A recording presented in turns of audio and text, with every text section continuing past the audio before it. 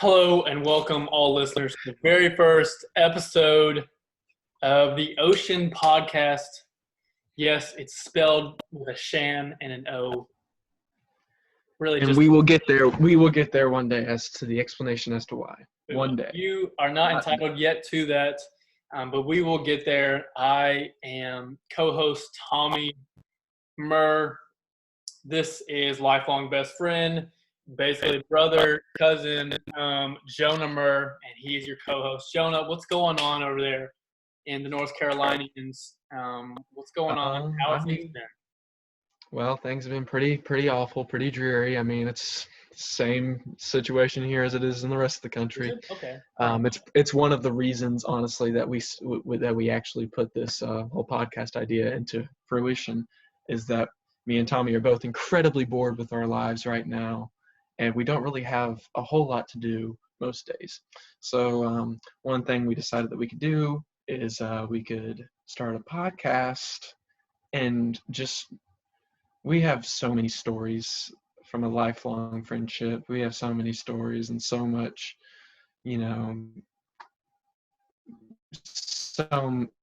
just have so much we could share. That's true. And you think that's funny? Yeah, so We much. have so much we can share, and There's just a lot of things. we just got so much.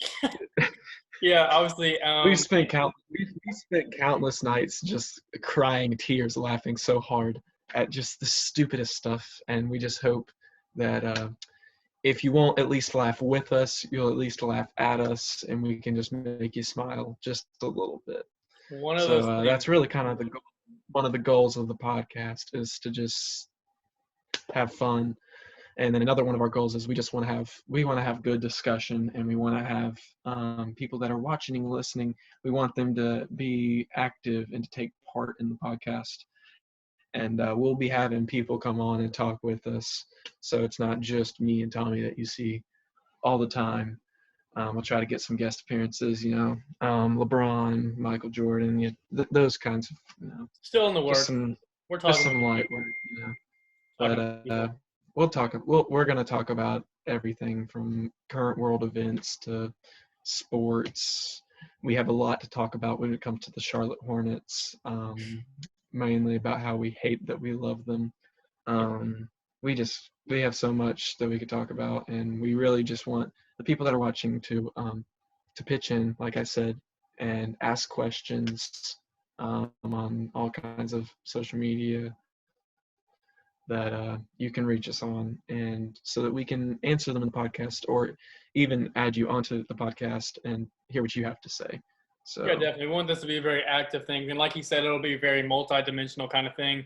Obviously, with us being who we are, we're going to talk a lot about basketball, but even more so, as far as our identity, I'm a believer, Jonah's a believer. I know that, I'm confident in that. We're going to talk a ton about our faith. We're going to talk a lot about, what God's doing in our lives.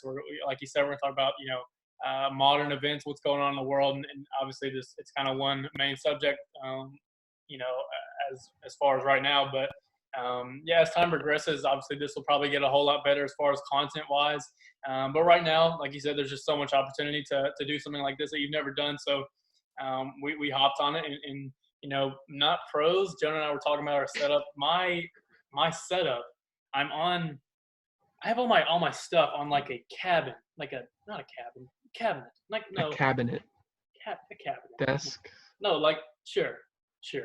It's like a shelf. It's shelves. It's like that's shelves. The word you were looking for. Keep practicing the shelves here. Yes, we've got two shelves here, and it's like a desk. Not really, but I've made it into a desk.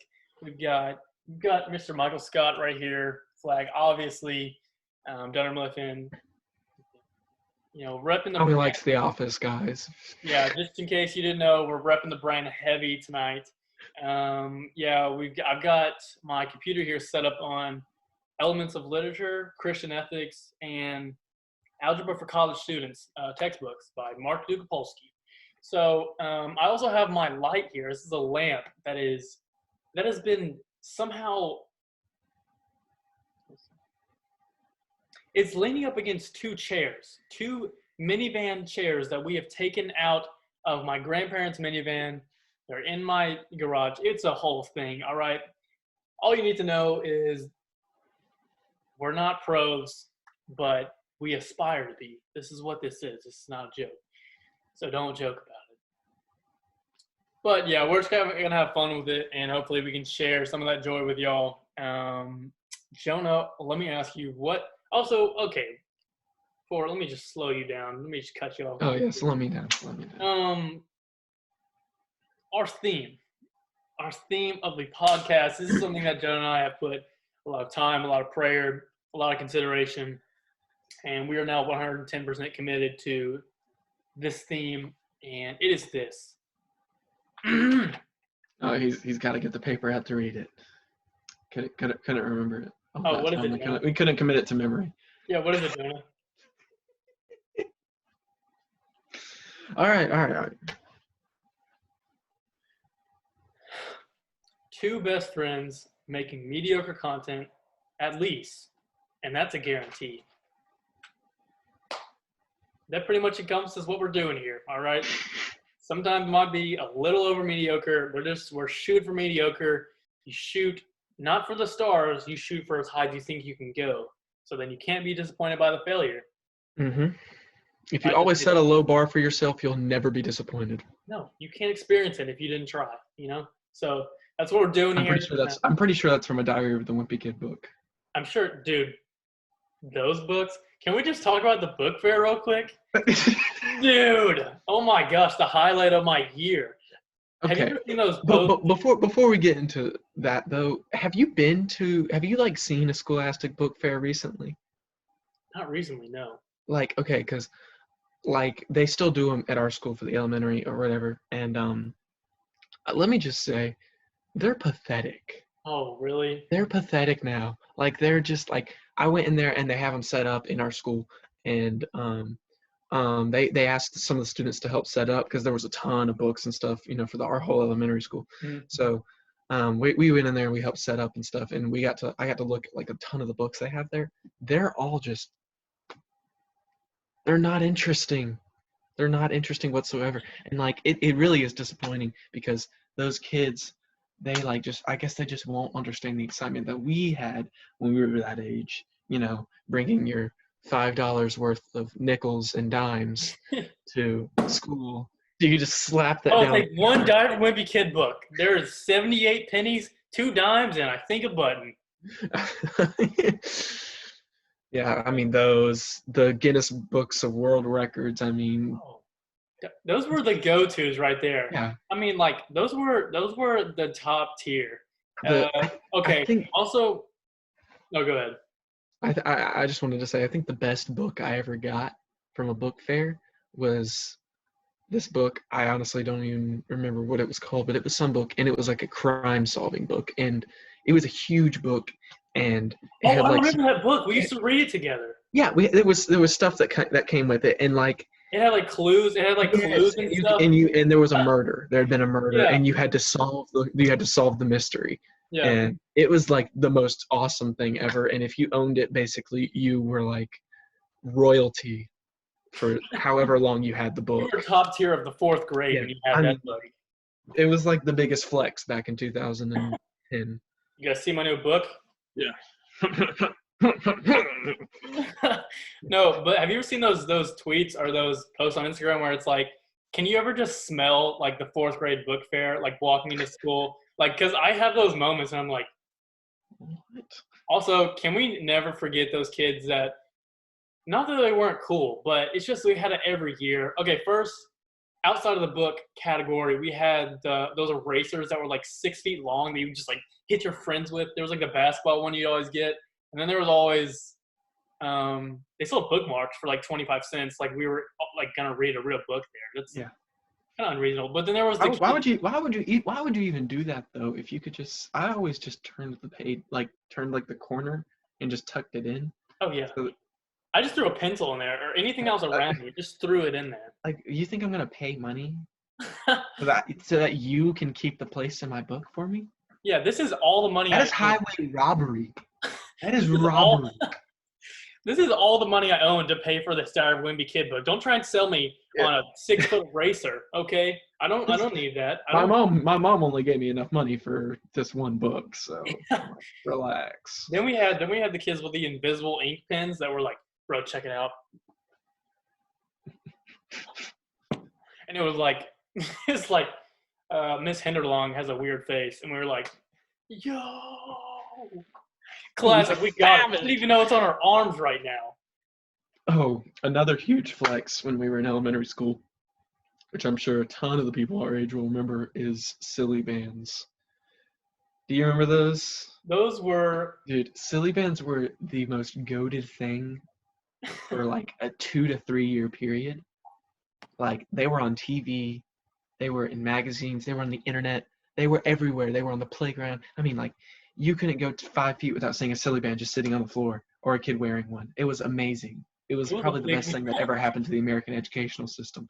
Yeah. Because about 2 years after they came out, I mean, you had kids walking into school with, silly bands covering from their wrists to their shoulder, and like they're walking in, and their arms are purple from lack of blood flow. Guys, they're all the ones I got this summer.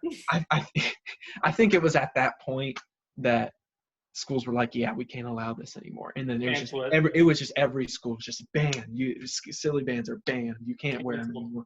And it was so frustrating. But it wasn't long before people moved on to something else. But it's at that age, it's all we had. You think about kids now, they have like, okay, also I feel like we're talking about this, we're like we're 80-year-old men. Yeah, like we're 80 now with their TikToks and their fancy headphones and yeah, like, but it's weird to think about. Like, we didn't have phones. Like, okay, I do remember taking turns on your 3DS though. Not your 3DS. We weren't there yet. The DS and the Game Boy. The regular DS. Dude, the Game Boys? Yes. Oh. We were grinding the Game Boys, okay? Those were the stuff back then. Yeah. You remember the DSs, and they had that thing where you could text people that were within like a 500-yard radius of you or whatever, and it was like you could draw pictures. What was it called? Oh, picture. PictoChat? I don't know. I know what you're talking about though. It was something like that. I think it was PictoChat or something. It was awesome because remember we would be sitting, and Tommy lived in Sanford way back in the day. They lived like 3 houses down from one of our other uncles in their house. And so sometimes we would go hang out at their house and play games there and stuff. And we would like not only us, we had DSs, but also Tommy's like older sister, like she had a DS and stuff. And we would like, I just remember sitting in like houses, just like a 2-minute walk from each other, just in rooms, and thinking it was the coolest thing ever that we could send a picture to someone like just right over there, which is crazy now because like that's like so crude and like rudimentary. Like you don't even like think of stuff like that anymore because like you can just whip out your phone. You could literally, like on iPhones, you can just draw a heart and you can send it and it'll be there instantaneously no matter where they are in the world. Hello, podcast listeners. Oh, Steve Murr. Oh, yeah. Steve Murr. Legendary coach. Go and share a word of wisdom with the listeners. Like a joke or something? Let's not do that. Just like something. Anything. What are you doing? We're talking about all kinds of different events, Dad. It's kind of a big deal. Okay. Well, I'm basically the head of a school, and I'm trying to come up with a 45-day, 45-point plan. Trying to think what Michael Scott would do in this situation. So, I'm going to turn it back over to you guys. All right. Thank you for your time. We appreciate it. Appreciate it, David. You know, in 2K, like, that was the funniest thing to me. Every time, like, you turn on a game, they're like, down to David Aldridge. All right, Dave. Thanks, David. Instantaneously. Yeah, I always felt so bad for him because he probably spent hours, like days, in the 2K like recording studio with like all that motion capture stuff on his face, just sitting there with like a fake microphone talking into it, and like no one ever listened to it ever. No.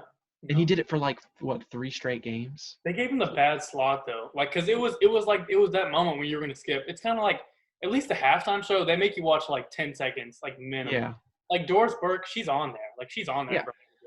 But I don't know when the last the last NBA Live game you played was, but it's probably with you that like 12 or 10 with Dwight yeah, Howard. yeah, no, I had like NBA Live 15 way back in the day, like when I first got a PlayStation, but I didn't have 2K. I had gotten NBA Live 15, which I didn't really care at the time because I just really wanted to play a basketball game. And so I had a My Player or whatever. And let me tell you, one thing that NBA Live has always had over 2K is the presentation. Because when it comes to NBA Live, it's like you're actually watching a game on TV.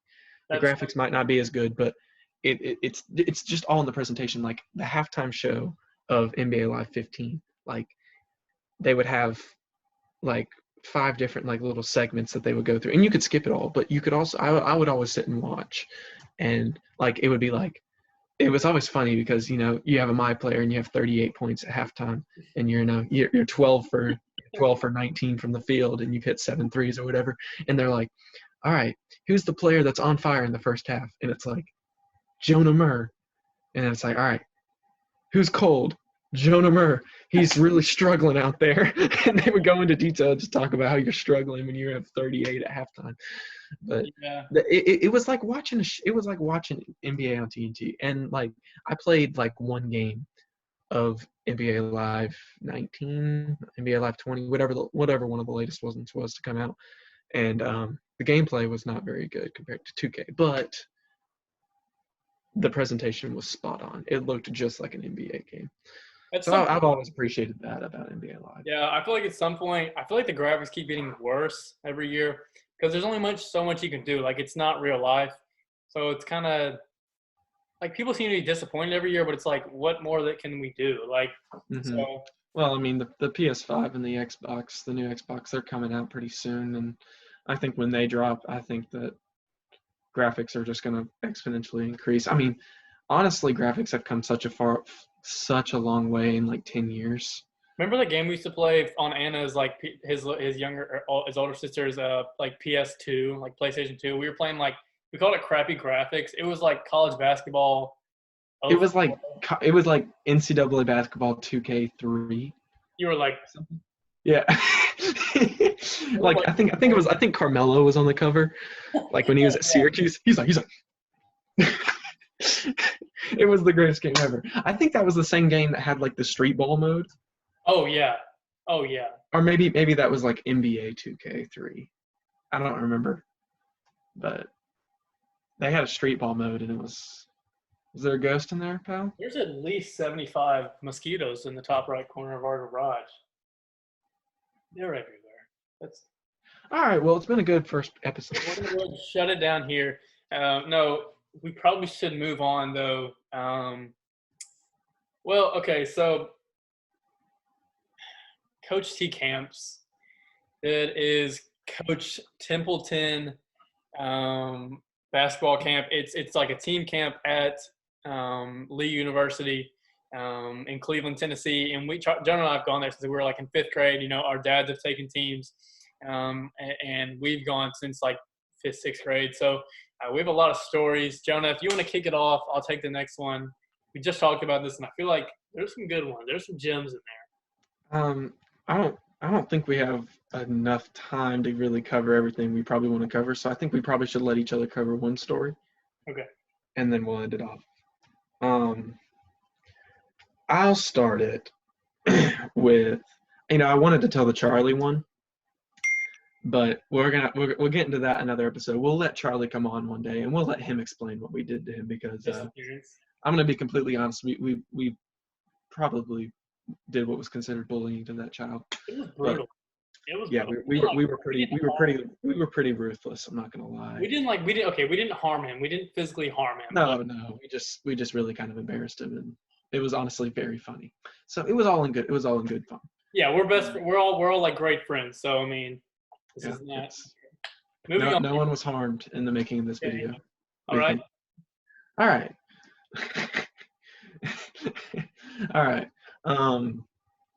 Let's see. The first story that I always think of coming to mind is not even one of our stories. So if you don't know Coach D Hoops, he's been hosting camps for decades. At least 100 years. Yeah, probably at least 300. I mean, I don't know, but he was there when James Naismith made basketball. Anyways, so way back in the day, one of our cousins, I'm not going to say his name because he probably doesn't want it mentioned. Brandon Murray. It was Brandon Murray. Okay. Yeah, we're not going to mention names, but so he was at this camp with one of our uncle's teams, and they have pizza that they sell at the main concession stand in the main gym, and there's hundreds and hundreds of campers, everyone from middle school age to high school age, and at this time, I believe our cousin is a senior in high school, and he has all his friends whenever at the camp, and so for some reason he ends up buying this pizza box. They ate the pizza in it, and he poops into the box. Defecated. He defecated into the box. Straight into the box. Hot, steamy, long one. Okay. They shut the box and are walking around just carrying this box with them around the campus in between games. And somehow our cousin sells this pizza that he bought for $7 and ate. He sells the box with the contents inside to a 6th grader on a discount. He bought the pizza for $7, but he sold the box for $5. So the kid thought he was getting a deal. He thought he was getting a deal. He was getting a nightmare. Because our cousin is sitting there and he's like, this pizza, like, we don't want it. Like, we only ate like 2 bites of it. You want the rest of it, $5. And the kid's like, deal, So kid hands the money over, and Brandon and his friends, they're gone. And by the time the kid opens the box, it was too late. And then the next day when they all woke up, they got like, you get up real early. Like Jonah and I were always like the first campers up. We would go to like the early morning workouts at like 6 or 7. It was probably like 7. But yeah, I remember them saying like the next day, Coach T, he like ran the camp. He had like an entire assembly and like had to like discuss it with everyone. So, yeah. There was some laughs had, but that's my story for today. My story for today. Should I tell Jaden's one or should I tell Gabe's one? The Biofreeze one. Do the Biofreeze one since we're gonna be crude today with our stories. Just go ahead and tell that one. Is there a better one though? No, just we'll work our way around. We'll get there eventually. Maybe we'll just share a story. This will be a segment of the episode every week. Share a Coach T. We'll share a Coach T story. So this kid, I won't name him. He'll probably watch. He went to a different school. He went to my uncle's school, and you stay in dorms, and he was staying like 2 doors down from us. And Jonah and I made like great friends with everyone from that school. You kind of do. You just kind of like become the random people there. But yeah. So, do you know how this happened? I don't, honestly. I barely remember it. I just remember, and we were like, how long ago was this? We had to have been in like 8th grade. Okay, yeah. So, but we were like old enough to be like, oh, that's what happened. That's what's happening right now. I just remember him sprinting in the hall yelling, and we were like, what? Like, we were in like a different segment of the room, and he like runs back. He jumps in the shower, just like sprints in and jumps in the shower. We're like, okay, whatever. So he comes back, and he just pulls down his pants after he's run the water in the sink. Sits in the sink, bare butt and all, and just sticks his butt in there. And the truth is he slept in there that night. We come to find out when he's sitting there, somehow he got Biofreeze on his in his butt, in his nether regions. In his nether regions, in his appropriate areas. And yeah, he slept there that night. That's something I'll never forget. So that is my story for today. That's a classic. There's so many that I'm thinking of right now, so we'll have to share those at a different time. I don't know how much time we have, like 4 minutes. We only have a few more minutes. We have about 3 more minutes. So one thing we want to do, we want to try to end each episode with a motivational verse or just a little piece of scripture that we can say. And me and Tommy will try to take turns each episode sharing. And the first week is Tommy's turn. He's going to share something with us real quick because we're short on time. But what do you got for us?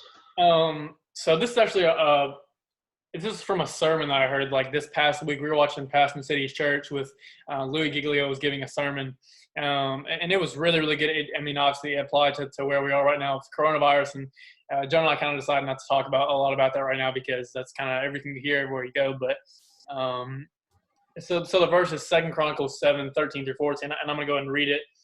It says, "When I shut up the heavens so there's no rain, or command locusts to devour the land, or send a plague among my people, if my people who are called by my name will humble themselves and pray and seek my face and turn from their wicked ways, then I will hear from heaven and will forgive their sins and will heal their land." Now, in verse 13, he talks about when I send locusts, when I send disease, it's not if, but when. And I think we're in a period of when.